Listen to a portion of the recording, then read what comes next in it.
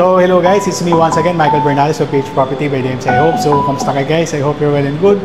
So right now, we're here at the Crestmont here in Quezon City. So located siya along Panay Avenue. So malapit siya sa MRT station Quezon Ave.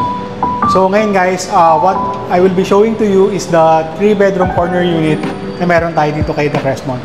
So right now, we're here at the 11th floor. So papakita ko sa inyo. Nandito tayo sa pinakataas. So this is a closed floor. So nasa baba yung atrium natin. So papakita ko sa inyo ngayon yung 3-bedroom natin na corner unit.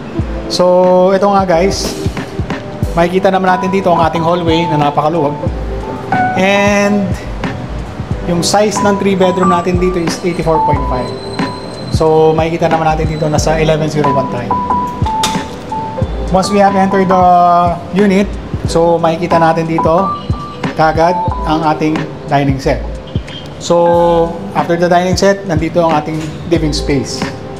So makikita natin dyan ang ating couch, TV, or yung mga entertainment system natin. Then dito sa side na to, nandito ang ating kitchen area.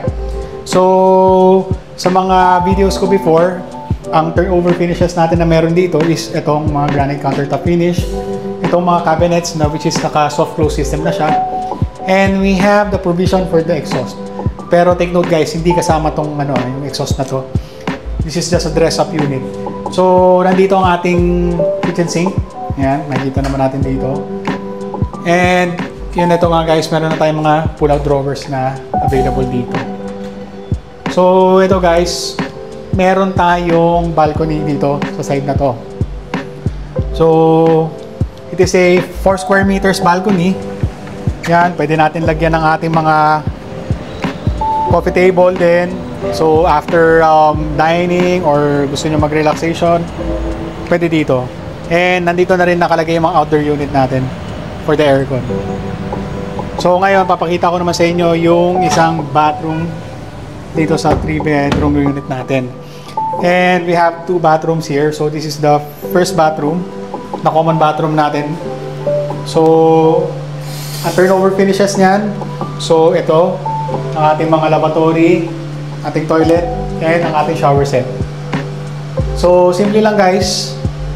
Nilagyan lang yan ng mga gantong curtains and yung mirror natin. Yan, nabibili naman natin yan sa labas. So mga IKEA, ganyan, pwede naman natin amihin yan, kunin doon. So nandito, so ang ating washing machine provision or yung pwede natin gawing storage area. It depends on your requirement. Kasi meron na rin naman tayong laundry station dito sa baba. So ito guys, this is the 3rd bedroom. Yan, yung 3rd bedroom na to, convert niya into a working space. So depende naman sa inyo kung ano ba yung gusto nyong gawin dito. And nakikita naman natin na napakaluwag, spacious yung natin, yung lugar na to. Then yung ating mga aircon units is split type. Yung window, hindi na siya window type. And on this 2nd bedroom, yan, spacious din ang 2nd bedroom natin. So single bed and may working space dito. So napaka luwag pa rin ng area natin. So marami pa tayong pwedeng gawin. So this is the master's bedroom. So yung master's bedroom natin, yan, queen size bed, double bed, pwede dito. Tapos maluwag pa din yung lalagyanan ng mga entertainment system natin. And we also have a bathroom here. So yung mga 3-bedroom kasi natin dito, we have 2 bathrooms. So this is the master's toilet and bath. So meron na rin siyang shower set. So meron na rin tayong toilet bowl, the lavatories na naka-granite countertop finish na siya. So yan yung inspiration natin na pwedeng makuha. And here guys, this is what I like about the layout of the balcony. Yung balcony kasi natin, hindi siya yung typical na straight. So makikita natin dito parang naka-trapezoid siya. So hindi siya yung equal. So nakikita naman natin dito yung pagkalagay ng upuan dito, parang na-maximize yung space niya. So ito guys, ganda ng table niya. Then pwedeng tingnan natin yung outdoor unit na hindi siya naging Hindi siya naging pangit dun sa pagkakadesign niya. Kasi I think may purpose tong ganitong klaseng design na na balcony. So guys, ito nakikita naman natin dito. Yan, ito ang Quezon Ave. Then on that side, nandun yung papuntang Vertis North and Soler North. And yung Eton Centris natin nandun sa kabilang side. And guys, meron pa tayong mga available units dito, especially mga 2 bedrooms natin.